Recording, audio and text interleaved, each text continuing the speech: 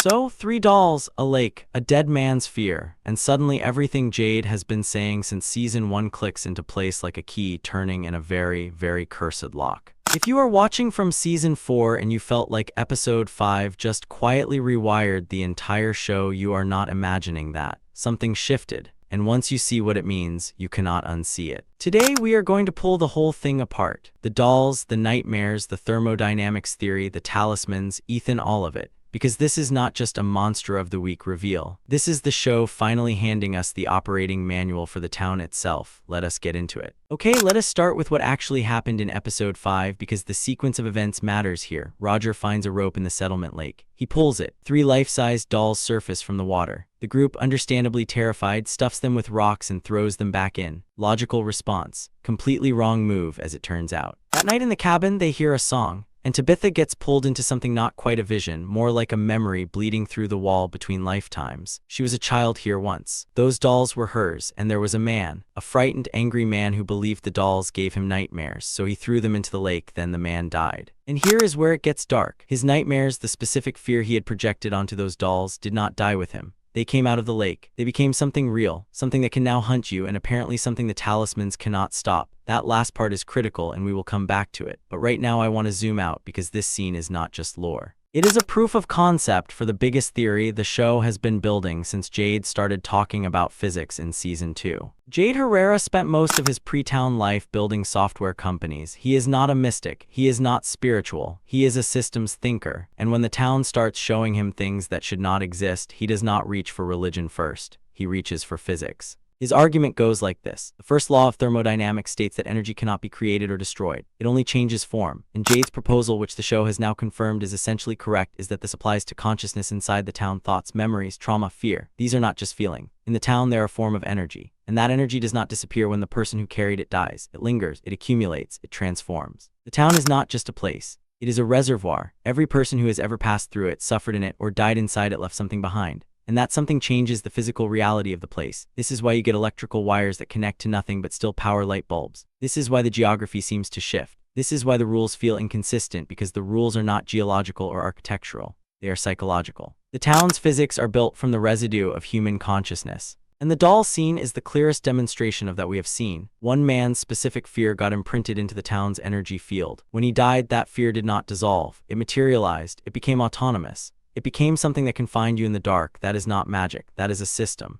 And understanding it as a system changes everything about how you read the show. If the town converts trauma and fear into physical entities, then the question you have to ask is, how many of the threats in this show are actually just materialized nightmares? Think about what we know. Sarah Myers told us in season 2 that her brother Nathan had nightmares about cicadas when he was a child. After Nathan died, residents started seeing swarms of cicadas in the town. That is not a coincidence anymore. That is the same mechanism. A person dies, their specific fear gets released into the town's energy pool, and then it becomes a recurring phenomenon that everyone experiences. Now look at the other entities. The kimono lady, the ballerina. These are not randomly generated monsters. They have specificity, they have personality. They have a particular quality to them, like they were designed by someone's subconscious, maybe at the moment of their deepest fear. What about Martin's worms? Deeply specific, deeply personal. The kind of image that comes from a particular kind of dread, not a general one. The nocturnal creatures themselves. The ones who smile and ask to be let in, they are terrifying precisely because they are almost human, almost familiar. They wear faces. They use social conventions. That is exactly the shape a nightmare takes when it comes from a mind that fears betrayal or invasion or the corruption of something safe. Town is not generating monsters randomly. It is composting the fears of everyone who has ever died there and growing new horrors from that soil.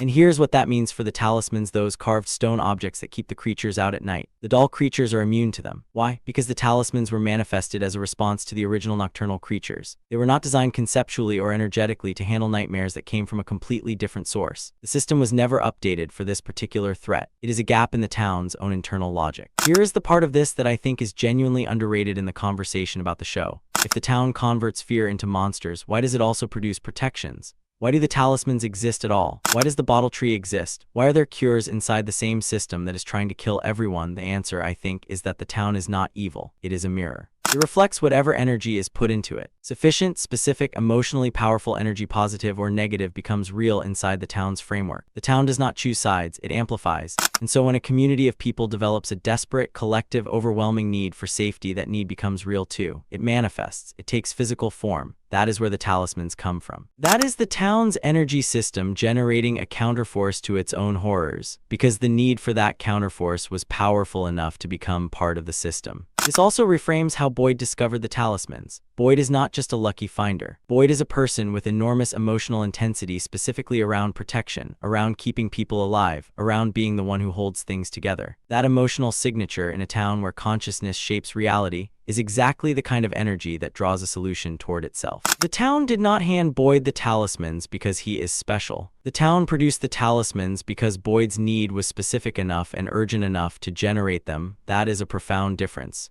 It means the town's gifts are not arbitrary, they are responses. This brings us to what might be the most important structural rule of the entire show, and it is one that has never been stated outright but is consistent across every major revelation.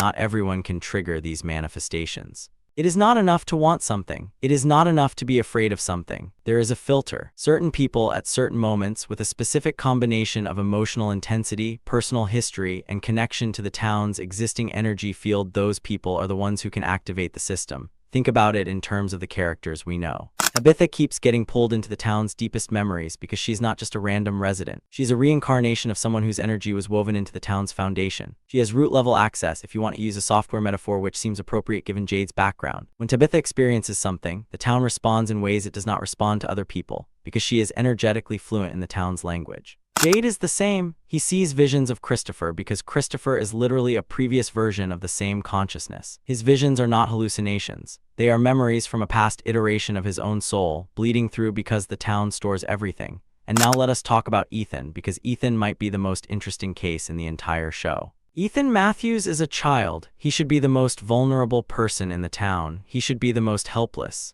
Instead, he is arguably the most powerful. And the reason is that his imagination is completely unmediated by adult skepticism. He came into the town already deep in a storybook called The Lake of Tears, which is part of the Delta Quest series, a children's fantasy about finding magical stones in a lake to defeat evil. The town heard that. The town processed it. And Ethan's pure, confident, fearless engagement with that narrative framework has been actively reshaping how the town presents itself to him. He is not surviving the nightmare. He is rewriting it into a quest. That is the most extraordinary thing happening in this show right now, and it barely gets talked about. A child's imagination is apparently powerful enough to renegotiate the town's terms. Season 3 confirmed that Tabitha was Miranda, that Jade was Christopher, and that they have been cycling through the town across multiple lifetimes, always arriving, always failing, always being reset. The thermodynamics theory explains the mechanics of this. When Miranda died, her consciousness did not disappear. It was transferred, reformatted into Tabitha. When Christopher died, he became Jade. The memories are suppressed but present, which is why Tabitha has always known how to make certain things, why she made the bracelet the same way across multiple lives, why Jade kept seeing Christopher in visions before he understood why. The town stores these souls the same way it stores trauma.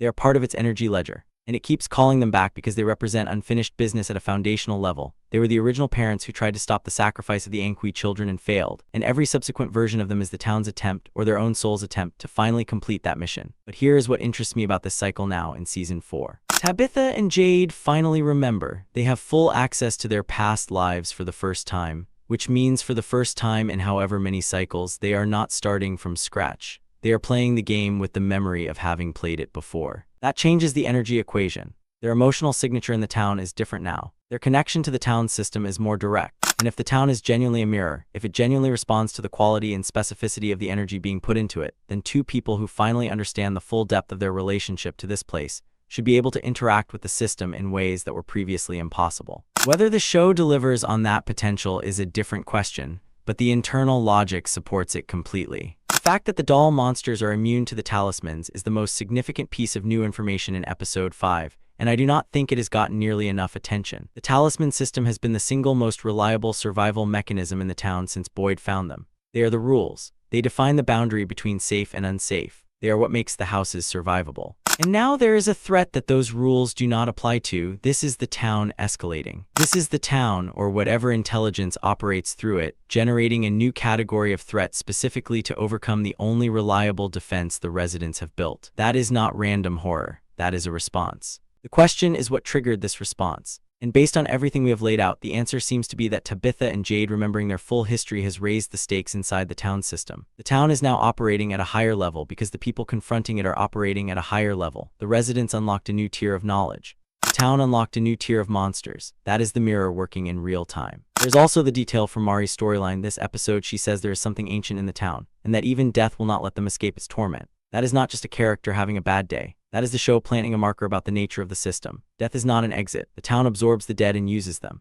which loops back to everything we have been talking about. The town does not let energy leave. It just changes what form that energy takes. So here is where we land. The town is a closed energy system that converts human consciousness, memory, fear, hope, trauma, love, imagination into physical reality. It does not distinguish between good and bad. It amplifies whatever has enough intensity to reach the threshold of manifestation. The monsters are the fears of the dead, given form. The talismans are the desperate hope of the living, given form. The Ankui children are innocent suffering, given form. The bottle tree is the hope of children who refuse to stop believing, given form. And the people at the center of all of it, Tabitha, Jade, Ethan, Boyd, are not random. They are high-amplitude individuals whose emotional and psychological profiles resonate with the town's system in ways that ordinary residents do not. The town chose them the same way an antenna picks up a specific frequency. They are not special because of destiny in some vague, magical sense. They are special because of what they carry inside them, and because what they carry inside them is exactly what the town's system is built to receive. That is the show, that is the whole thing.